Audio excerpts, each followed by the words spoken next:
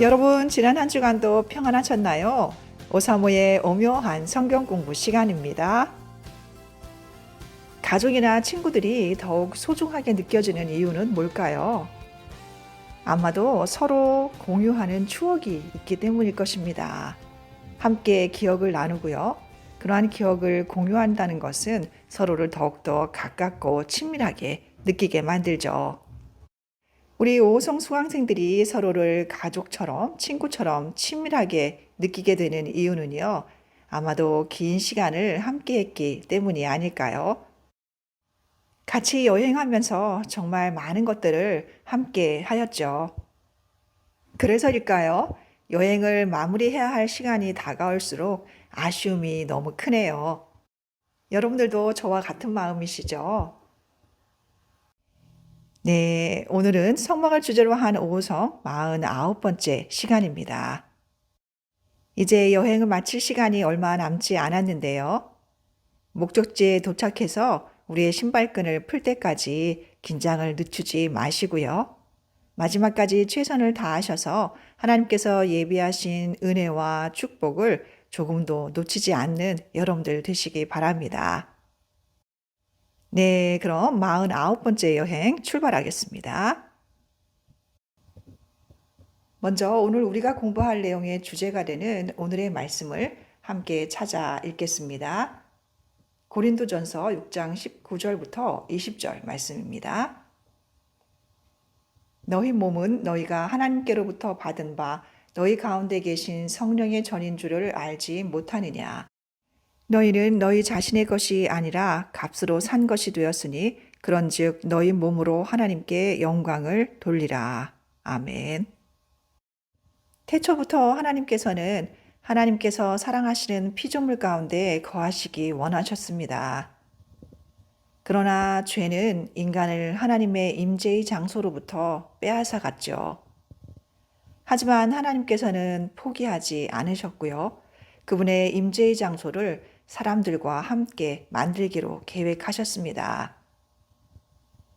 구약의 성막을 통해서 하나님께서는 참 성막이 나타날 것임을 증거하셨고요. 광야의 성막은 하나님의 영광의 은총을 입었습니다. 하나님께서 증거하신 대로 참 성막은 이 땅에 임하셨고요. 하나님께서 계획하신 참 성막은 하나님의 영광을 나타내셨을 뿐만이 아니라 하나님 자체이심을 우리가 확인하였습니다. 참 성막이신 그리스도께서 이 땅 위에 임재하심으로 더 이상 사람의 손으로 만든 성막이나 성전은 필요하지 않게 되었습니다. 왜냐하면 그것들이 갖는 상징성이 완성되었기 때문입니다. 그리스도는 참된 성전이시고요. 참된 빛이십니다. 그분은 참된 만나이시고요. 참 포도나무이십니다. 참된 것이 오셨기에 상징적인 것들은 그 자리를 내어드렸습니다. 이처럼 참 성막은 이전에 사람의 손으로 만들었던 성막이나 성전보다 훨씬 높은 차원의 영광이 거하시는 곳입니다. 골로새서 2장 9절의 말씀처럼요. 그 안에는 신성의 모든 충만이 육체로 거하시고 우리는 그 충만함의 깊이를 알 수조차 없습니다. 참 성막이신 그리스도께서는 잠시 이 땅에 육체로 머무시면서 순종하심으로 하나님께서 맡기신 일을 완벽하고 완전하게 감당하셨습니다. 십자가를 통해서 인간의 죄에 대한 값은 충분하고 완전하게 치러졌고요. 주 예수를 믿는 사람들은 구원을 받았습니다. 또한 그들은 하나님과 화목하게 되어 하나님과 친밀한 교제를 나눌 수 있게 되었습니다. 그렇다면 이제 참 성막이신 그리스도께서 임재하신 새로운 성막은 어디에서 찾을 수 있을까요? 사도행전 1장 1절부터 2장 4절의 내용을 통해서 우리는 놀라운 사실을 발견하게 됩니다. 함께 읽겠습니다. 데오빌로여, 내가 먼저 쓴 글에는 무릇 예수께서 행하시며 가르치시기를 시작하심부터 그가 택하신 사도들에게 성령으로 명하시고 승천하신 날까지의 일을 기록하였노라. 그가 고난받으신 후에 또한 그들에게 확실한 많은 증거로 친히 살아계심을 나타내사 40일 동안 그들에게 보이시며 하나님 나라의 일을 말씀하시니라. 사도와 함께 모이사 그들에게 분부하여 이르시되 예루살렘을 떠나지 말고 내게서 들은 바 아버지께서 약속하신 것을 기다리라. 요한은 물로 세례를 베풀었으나 너희는 몇 날이 못되어 성령으로 세례를 받으리라 하셨느니라. 그들이 모였을 때에 예수께 여쭈어 이르되 주께서 이스라엘 나라를 회복하심이 이때니까 하니 이르시되 때와 시기는 아버지께서 자기의 권한에 두셨으니 너희가 알 바 아니요 오직 성령이 너에게 임하시면 너희가 권능을 받고 예루살렘과 온 유대와 사마리아와 땅끝까지 이르러 내 증인이 되리라 하시니라. 이 말씀을 마치시고 그들이 보는데 올려져 가시니 구름이 그를 가리어 보이지 않게 하더라. 올라가실 때에 제자들이 자세히 하늘을 쳐다보고 있는데 흰옷 입은 두 사람이 그들 곁에 서서 이르되 갈릴리 사람들아 어찌하여 서서 하늘을 쳐다보느냐. 너희 가운데서 하늘로 올려주신 이 예수는 하늘로 가심을 본 그대로 오시리라 하였느니라. 제자들이 감람원이라 하는 산으로부터 예루살렘에 돌아오니 이 산은 예루살렘에서 가까워 안식일에 가기 알맞은 길이라. 들어가 그들이 유하는 다락방으로 올라가니 베드로와 요한, 야고보, 안드레와 빌립, 도마와 바돌로메, 마테와 및 알페오의 아들 야고보, 셀롯인 시몬, 야고보의 아들 유다가 다 거기 있어 여자들과 예수의 어머니 마리아와 예수의 아우들과 더불어 마음을 같이하여 오로지 기도에 힘쓰더라. 모인 무리의 수가 약 120명이나 되더라. 그때에 베드로가 그 형제들 가운데 일어서서 이르되 형제들아 성령이 다윗의 입을 통하여 예수 잡는 자들의 길잡이가 된 유다를 가리켜 미리 말씀하신 성경이 응하였으니 마땅하도다. 이 사람은 본래 우리 수 가운데 참여하여 이 직무의 한 부분을 맡았던 자라. 이 사람이 불의의 삭수로 밭을 사고 후에 몸이 곤두박질하여 배가 터져 창자가 다 흘러나온지라. 이 일이 예루살렘에 사는 모든 사람에게 알리어져 그들의 말로는 그 밭을 아겔다마라 하니 이는 피밭이라는 뜻이라. 시편에 기록하였으되 그의 거처를 황폐하게 하시며 거기 거하는 자가 없게 하소서 하였고 또 일렀으되 그의 직분을 타인이 취하게 하소서 하였도다. 이러함으로 요한의 세례로부터 우리 가운데서 올려져 가신 날까지 주 예수께서 우리 가운데 출입하실 때에 항상 우리와 함께 다니던 사람 중에 하나를 세워 우리와 더불어 예수께서 부활하심을 증언할 사람이 되게 하여야 하리라 하거늘 그들이 두 사람을 내세우니 하나는 바사바로고도 하며 별명은 유스도라고 하는 요셉이요 하나는 마띠아라. 그들이 기도하여 이르되 무사람의 마음을 아시는 주여 이 두 사람 중에 누가 주님께 택하신 바 되어 봉사와 및 사도의 직무를 대신할 자인지를 보이시옵소서. 유다는 이 직무를 버리고 제 곳으로 갔나이다 하고 제비 뽑아 마띠아를 얻으니 그가 11 사도의 수에 들어가니라.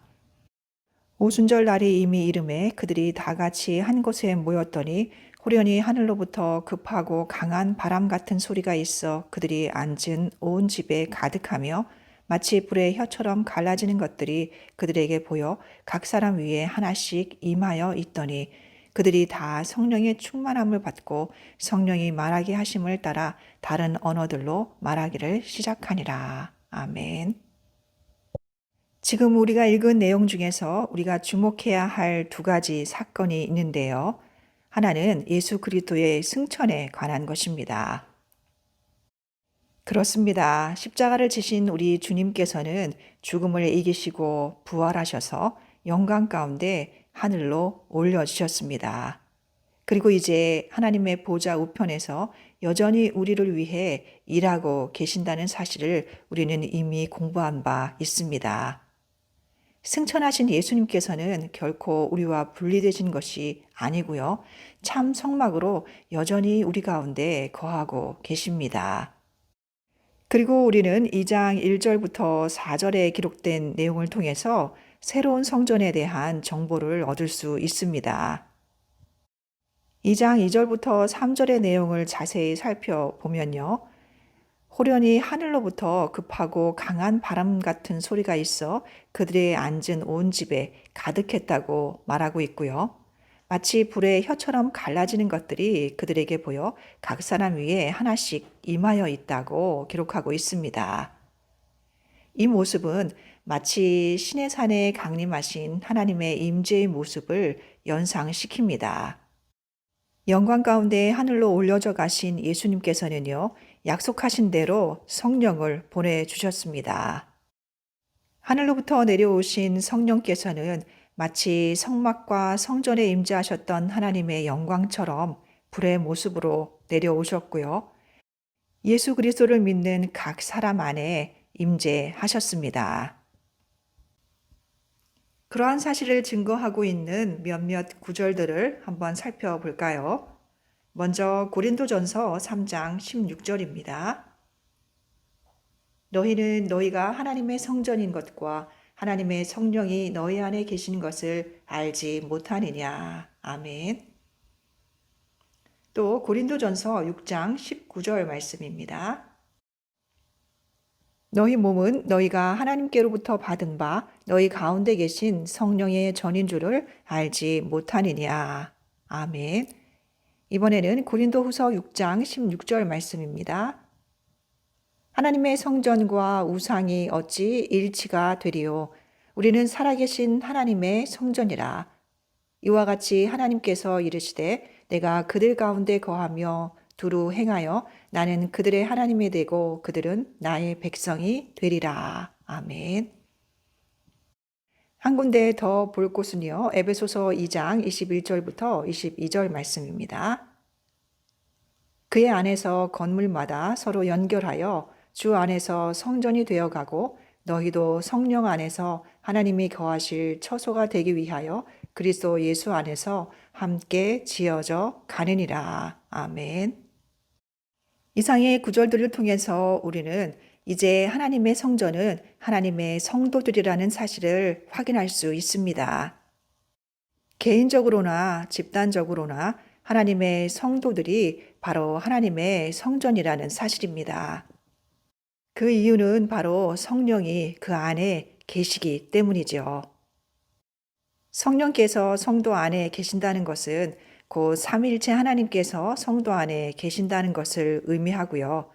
구약시대의 성막이나 성소 안에 하나님의 영광이 임재하였던 것처럼 이제는 성도들 개인과 교회 공동체 안에 임재하신다는 의미를 담고 있습니다. 그리스도께서 바로 이 새로운 성전의 터가 되시며 모퉁이 돌이 되십니다. 이제 하나님의 영광은 그리스도 안에 있는 자들 가운데 머무신다는 사실입니다. 그동안 성막을 공부하면서 타임머신을 타고 그 시대로 돌아가서 성막을 자세히 관찰하고 싶은 충동을 저만 느꼈던 것은 아니었을 것입니다. 구약시대의 성막의 모습을 확인할 수는 없지만요. 오늘날의 성막의 모습은 확인할 수 있습니다. 당신은 예수 그리스도를 당신의 구세주로 영접하셨나요? 그러면 거울 앞으로 가 당신의 모습을 자세히 들여다 보십시오. 당신이 바로 그 성막입니다. 당신은 지금 거룩하신 하나님께서 임재하신 하나님의 성전을 바라보고 있는 것입니다. 하늘로부터 오신 성령께서 우리 안에 임재하셔서 우리로 하여금 하나님의 성전 되게 하신 우리의 육체에 대해 우리는 어떠한 자세를 가져야 할까요? 시편 139편 13절부터 18절의 내용을 통해 확인해 보도록 하겠습니다. 주께서 내 내장을 지으시며 나의 모태에서 나를 만드셨나이다. 내가 주께 감사하옴은 나를 지으심이 심히 기묘하심이라. 주께서 하시는 일이 기이함을 내 영혼이 잘 아나이다. 내가 은밀한 데서 지음을 받고 땅의 깊은 곳에서 기이하게 지음을 받은 때에 나의 형체가 주의 앞에 숨겨지지 못하였나이다. 내 형질이 이루어지기 전에 주의 눈이 보셨으며 나를 위하여 정한 날이 하루도 되기 전에 주의 책에 다 기록이 되었나이다. 하나님이여, 주의 생각이 내게 어찌 그리 보배로우신지요. 그 수가 어찌 그리 많은지요. 내가 세려고 할지라도 그 수가 모래보다 많도소이다. 내가 깰 때에도 여전히 주와 함께 있나이다. 아멘. 우리는 성막을 공부하는 동안 하나님께서 얼마나 완벽주의자이신지 이해할 수 있었습니다. 성막의 모든 부분들은 절대적인 정확함을 가지고 오차 없이 만들어졌다는 사실을 우리는 기억합니다. 하나님께서 얼마나 세밀하신지에 대해서는 성막의 각 부분들을 위해 주신 지침을 통해 확인할 수 있었습니다. 그것들의 재료나 규격이나 색깔이나 모양 등에 대한 지침은 사람의 지혜에서 나올 수 있는 것이 아니었습니다. 사실 그것은 너무 완벽해서 성령님의 도움이 없이는 가능할 수가 없었습니다. 성막의 모든 기구들은 엄격한 검사를 거친 후에 비로소 그 안에 놓일 수 있었다는 것을 우리는 기억합니다. 그토록 완벽한 건축자가 바로 당신을 지으신 그분이십니다. 바로 그 하나님께서 여러분과 저의 삶 속에 거주하시기로 선택하셨고요. 지금 우리 안에 거하고 계십니다. 오늘의 말씀인 고린도전서 6장 19절과 20절을 다시 한번 읽어볼까요? 너희 몸은 너희가 하나님께로부터 받은 바 너희 가운데 계신 성령의 전인 줄을 알지 못하느냐? 너희는 너희 자신의 것이 아니라 값으로 산 것이 되었으니 그런즉 너희 몸으로 하나님께 영광을 돌리라. 아멘. 이 구절을 통해서 우리는 우리가 하나님의 성전이라는 사실에 대해서 우리가 어떠한 반응을 보여야 하는지 배울 수 있습니다. 그것은 우리 몸으로 하나님께 영광을 돌려야 한다는 사실입니다. 사도 바울은 이곳에서 너희 몸으로 하나님께 영광을 돌리라고 명령하고 있습니다. 우리의 몸으로 하나님께 영광을 돌리는 것은 성령을 소유한 성도들의 의무라는 사실입니다. 우리의 삶의 모든 영역에서 하나님께 영광을 돌리는 삶을 살아야 하는 것이 성도의 가장 우선된 의무인 것입니다. 로마서 12장 1절에서도 우리는 같은 교훈을 찾아볼 수 있습니다. 그러므로 형제들아 내가 하나님의 모든 자비하심으로 너희를 권하노니 너희 몸을 하나님이 기뻐하시는 거룩한 산 제물로 드리라. 이는 너희가 드릴 영적 예배니라. 아멘. 하나님께서 우리에게 주신 우리의 육체를 사랑하시고 또한 중요하게 생각하신다는 사실을 알 수 있습니다. 우리는 그분의 손으로 만드신 그분의 작품이기 때문입니다. 더군다나 성령의 전인 그리스도인들은 새로운 존재이며 새로운 피조물입니다. 그리스도의 영과 하나 된 우리의 영은 물론이거니와 그것을 담고 있는 우리의 육체 또한 중요하다는 사실입니다. 우리의 영혼과 육체가 서로에게 많은 영향을 미친다는 것을 우리는 일상생활에서 쉽게 경험할 수 있습니다. 우리가 코로나를 겪는 동안 그에 대해 더욱 확실하게 알게 되었는데요. 코로나에 대해 두려움을 느끼거나 나아가 실제로 코로나에 감염되는 경우도 있었지요. 그러한 우리의 육체적인 조건이 우리의 영혼에 긍정적으로 혹은 부정적으로 많은 영향을 미친다는 것을 우리는 경험하게 되었습니다.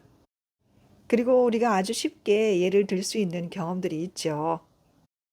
토요일 저녁 늦은 시간까지 TV를 시청하고 늦게 잠자리에 들었을 경우에 주일날 아침 우리는 예배에 집중하지 못하는 자신을 쉽게 발견하게 됩니다. 충분히 잠을 자지 못해 피곤한 우리의 몸과 마음은요, 예배에 집중하는 데 도움이 되지 못하고요. 게다가 어제 저녁 TV에서 보았던 장면이 불현듯 떠올라서 마치 벌레가 사과를 갉아먹듯이 우리의 생각을 갉아먹고 있는 것을 경험하게 됩니다. 아마도 많은 분들이 이러한 경험을 자주 또 쉽게 하실 텐데요. 우리가 이처럼 가볍게 여기는 사소한 것들이 사실 우리가 우리 자신을 하나님이 기뻐하시는 거룩한 산 제물로 드리는데 실패하게 만드는 것들입니다. 우리는 구약의 제사를 통해서 하나님께서 기뻐하시는 제사가 어떠한 제사인지 잘 알고 있습니다. 그것은 거룩하고 흠이 없고 하나님께 용납되는 방법과 절차에 의해 드려진 제사였습니다. 우리가 드릴 영적 제사는 우리를 산 제물로 드리는 것이고요. 거룩하신 하나님께 합당한 거룩하고 구별된 헌신의 삶으로 제사 드리는 것일 것입니다. 그렇기 때문에 우리는 세상이 우리를 끌어내리거나 세상의 방식으로 몰아넣지 않도록 순결하게 자신을 힘써 지켜야 합니다. 이제 데살로니가 전서 5장 23절을 함께 읽어볼까요? 평강의 하나님이 친히 너희를 온전히 거룩하게 하시고 또 너희의 온 영과 혼과 몸이 우리 주 예수 그리스도께서 강림하실 때에 흠없게 보존되기를 원하노라. 아멘. 자신의 몸을 전혀 돌보지 않는 사람들이 있는 반면에 또한 오직 자신의 육체만을 돌보는 사람들이 있기도 합니다. 둘 다 바람직하지 않지요. 조화란 이런 것입니다. 건강하고 거룩한 육체가 제공할 수 있는 최상의 조건 속에서 영도 건강할 수 있는 것입니다. 우리의 육체가 보존되어야 하는 이유는요, 그 안에 하나님의 영광이 거주하시기 때문입니다. 그것은 바로 우리의 주인이 누구이신가 하는 문제이고요. 우리가 우리의 주인을 하나님으로 인정하는가 하는 문제입니다. 이제 우리는 그 백성 가운데 거하시기 원하시는 그리스도를 통해서 그분의 임재의 장소, 그분의 영광이 나타나는 장소가 되었습니다. 이것은 우리가 원해서 되었던 것이 아니고요. 내 이름으로 불려지는 모든 자, 곧 내가 내 영광을 위하여 창조한 자를 오게 하라. 그를 내가 지었고 그를 내가 만들었느니라고 말씀하신 그분의 뜻입니다. 우리는 우연히 이곳에 존재하는 것이 아니고요. 하나님께서 특별히 이곳에 거하시기 위해서 우리를 미리 예정하셨습니다. 우리는 이 어두운 세대에 그분의 영광을 나타내기 위하여 선택된 존재들입니다. 우리를 성전 삼으신 그분께서 우리 안에서 새로운 일을 시작하셨고요. 그 일을 끝까지 이루실 것입니다. 우리가 어찌 하나님의 은혜를 찬양하지 않을 수 있을까요? 우리 함께 하나님께 찬양 드리고 오늘 수업을 마무리하도록 하겠습니다.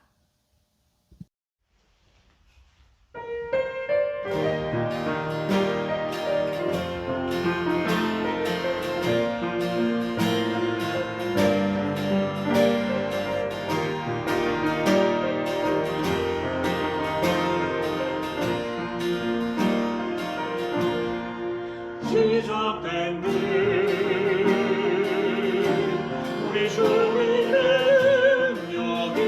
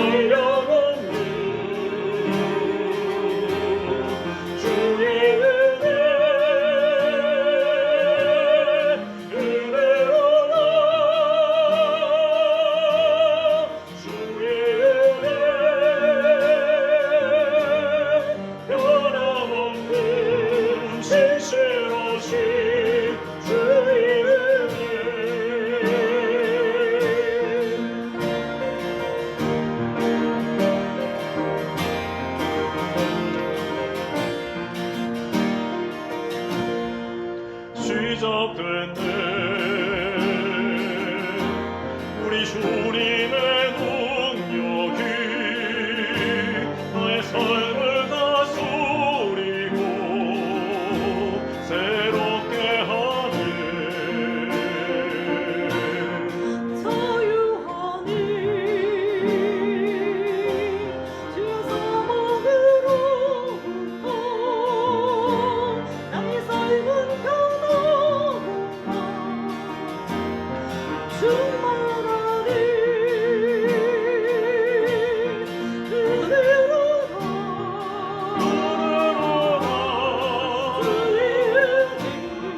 주의 은혜 알려하는 알려주는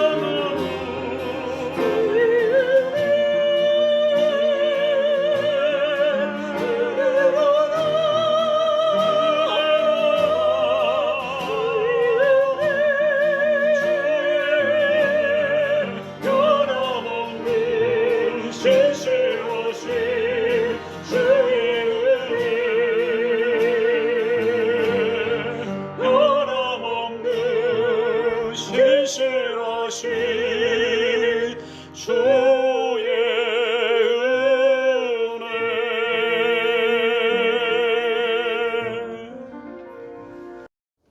네, 이제 함께 기도하고 오늘 수업을 마무리하겠습니다. 기도하겠습니다. 모든 것이 하나님의 은혜입니다.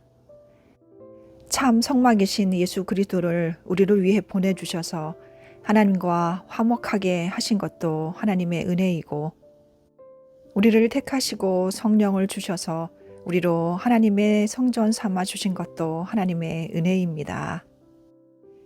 우리가 무엇이기에 하나님께서 우리 안에 거하시는 하나님의 영광을 우리에게 허락하셨나요?